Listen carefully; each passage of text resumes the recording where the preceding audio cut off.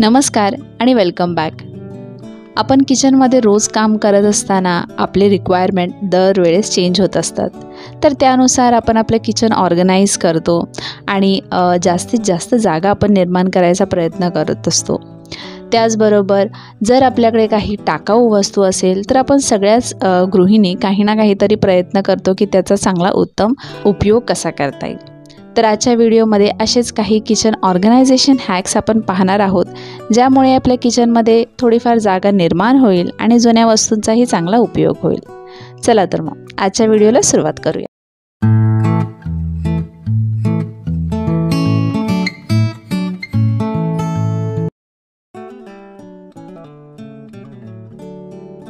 माझ्या किचनमध्ये मी स्पून्स कशी ऑर्गनाईज करते हे तुम्ही माझ्या अनेक व्हिडिओजमध्ये पाहिलंच असेल. अशा एका काचेच्या जारमध्ये मी सगळे स्पून्स, पुन्हा नाईफ्स किंवा आणखीन काही वस्तू असेल तर याच्यामध्ये ऑर्गनाईज करून ठेवते. पण याच जारमध्ये जर आपल्याला अगदी जे छोटे छोटे स्पून्स असतात ते ऑर्गनाईज करायचं असेल तर आपल्याला थोडंफार प्रॉब्लेम फेस करावा लागेल. कारण जर असे छोटे चमचे आपण या मोठ्या जारमध्ये ठेवले तर हे डायरेक्टली खाली बसल्या जातील. त्यामुळे आपल्याला ते शोधाशोध करावी लागेल ज्यावेळेस आपल्याला त्याची गरज असेल, किंवा सगळे जे ऑलरेडी स्पून ठेवलेले आहेत ते काढावे लागतील आणि त्यानंतर तो छोटासा चमचा आपल्याला काढावा लागेल.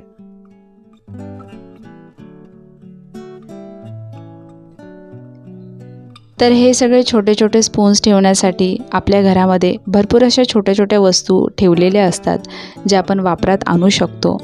जसे माझ्याकडे हे छोटे काचेचे ग्लास आहेत, चहाचे ग्लासेस आहेत, जे मी असेच ठेवून दिले होते. खूप रेअरली हे वापरले जातात, पण मस्त असे छोटे आहेत म्हणून हे ठेवले होते. तर हे मी आज उपयोगात आणणार आहे.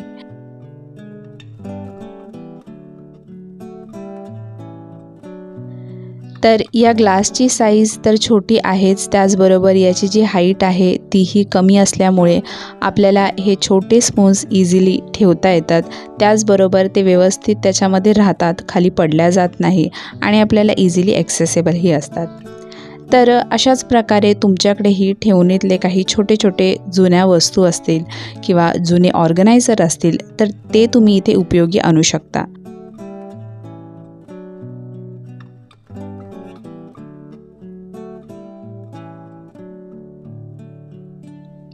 जर आपल्या सिंक एरियाचा जो ओटा आहे तिथे कमी स्पेस असेल आणि तिथे कोणतेही तुम्हाला ऑर्गनायझर ठेवायचं नसेल, म्हणजे ती जागा रिकामी ठेवायची असेल, तर तुम्ही अशा प्रकारच्या ऑर्गनायझरचा वापर करू शकता.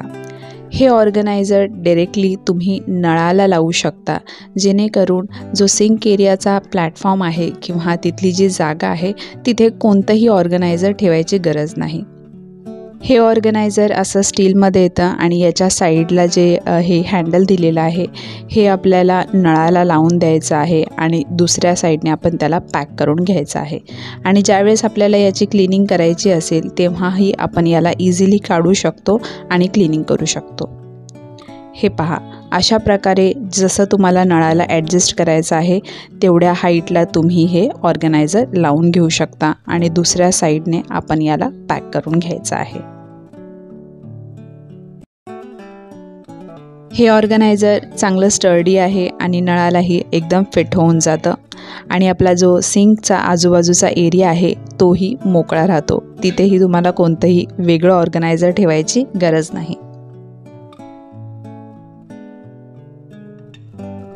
अशा प्रकारच्या तेलाच्या बॉटलचा वापर तुमचाही करून झाला असेल. या बॉटलची साईज थोडी मोठी असते आणि याचा जो राऊंड शेप आहे तो थोडासा जास्त जागा कवर करते, म्हणजे जिथेही त्याला आपण ऑर्गनाईज करू तिथे थोडंसं जास्त हे जागा घेतं. त्याचबरोबर याचं थोडंसं वजनही जास्त आहे, म्हणजे तेलाची बॉटल जर फुल भरली असेल तर थोडंसं हे हेवी होतं हँडल करण्यासाठी. आणि याचा ऑल्टरनेटिव्ह म्हणून ना आजकाल बाजारामध्ये छोट्या अशा स्लिम बॉटल्स आलेल्या आहेत ज्या इझी टू हँडल आहेत. त्याचं नॉझलही अगदी बारीक आहे, ज्यामुळे जास्त तेल पडल्या जाणार नाही आणि ती बॉटलही कमी स्पेस घेईल. पण इथे ना तुम्ही पाहू शकता, ही जी मी बॉटल वापरली आहे ती एक हॅक आहे.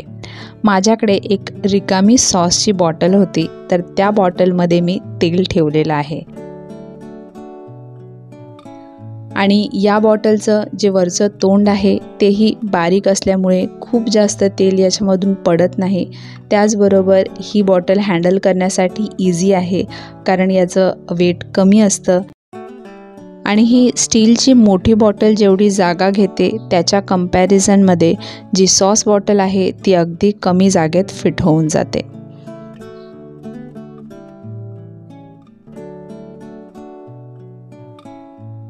माझ्या किचन ओट्यावरती गॅस शेगडीच्या बाजूला मला एवढी स्पेस रिकामी मिळते. तर या जागेवरती मला रोज लागणाऱ्या वस्तू एका ट्रेमध्ये मी ऑर्गनाईज करून ठेवते. पूर्वी मी या ट्रेचा वापर करायची, पण तुम्ही जर पाहिलं तर या ट्रेला जे साईडला असे हँडल्स दिले आहेत त्याच्यामुळे एक्स्ट्रा स्पेस वाया जायची. हे पहा, ट्रे ठेवल्यानंतर ट्रेची साईडची डिझाईन बाहेर येते आणि त्यामुळे त्याच्या बाजूला जर मला काही भांडी ठेवायची असतील तर ती भांडी व्यवस्थित फिट होत नाही. म्हणजे एखादंच भांडं मी त्याच्या बाजूला ठेवू शकते. आणि रोजचा स्वयंपाक झाल्यानंतर भांडी मी हॉटपॉट स्टँडवरती ऑर्गनाईज करून ठेवते. पण जर एका भांड्यापेक्षा जर एक्स्ट्रा भांडी ठेवायला गेलो तर अशा प्रकारे मला प्रॉब्लेम फेस करायला लागायचा. छोटी काही एक्स्ट्रा भांडी ठेवली तर ते व्यवस्थित बसायचे, पण जर मोठं एक्स्ट्रा भांडं ठेवलं तर इथे ते व्यवस्थित फिट होत नव्हतं. त्यासाठी या ट्रेला मी काढून टाकलेला आहे आणि या ट्रेच्या ऐवजी एक थोडा छोटा साईजमध्ये ट्रे यूज करायला काढला आहे, ज्याच्या साईडचं हँडल जे आहे ते प्रॉपर फिट होऊन जातं. तुम्ही जर पाहाल तर याचे जे साईडचे हँडल आहे ते एका लाईनमध्ये आहे, म्हणजे मोठ्या ट्रेसारखे हे बाहेर आलेले नाही आहेत. त्यामुळे ज्याही जागेवरती हा ट्रे आपण ऑर्गनाईज करून ठेवू तिथे ते व्यवस्थित फिट होईल आणि एक्स्ट्रा जागा कवर करणार नाही.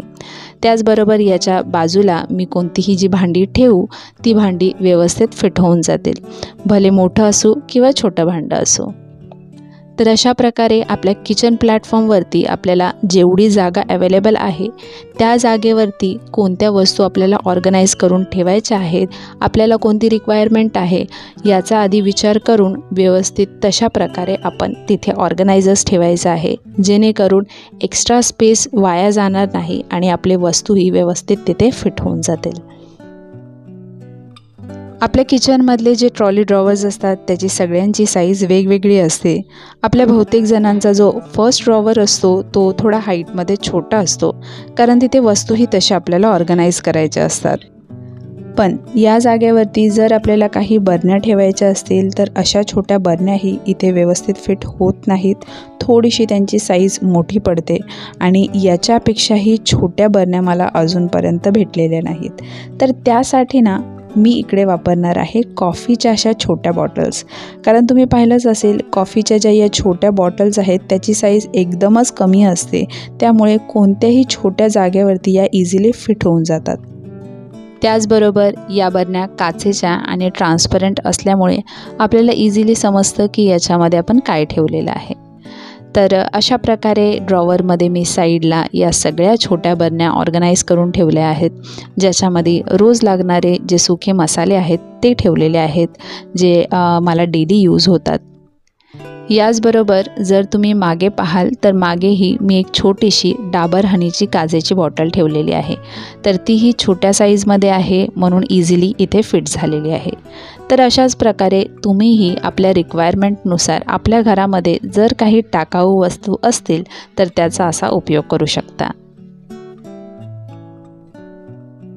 कॉफी बॉटलसारखंच आपल्याकडे असे छोटे छोटे कुल्फीचे मटकेही भरपूर जमा होत असतात, ज्याला वरतून लीडही दिलेलं असतं. तर याचाही उपयोग तुम्ही तुमच्या किचनमध्ये करू शकता. मी अशा मटक्यांमध्ये थोडं मीठ आणि जिरे बाजूला काढून ठेवते, जे मी फक्त उपवासासाठी वापरते. रोज वापरणारं जे मीठ आहे ते मी किचन प्लॅटफॉर्मवरती छोट्या बर्नीमध्ये काढून ठेवते आणि जे जास्तीचं मीठ आहे ते सपरेटली आमचे जे मसाले मी ऑर्गनाईज करते त्या जागेवरती मोठ्या बर्नीमध्ये काढून ठेवलेले आहे.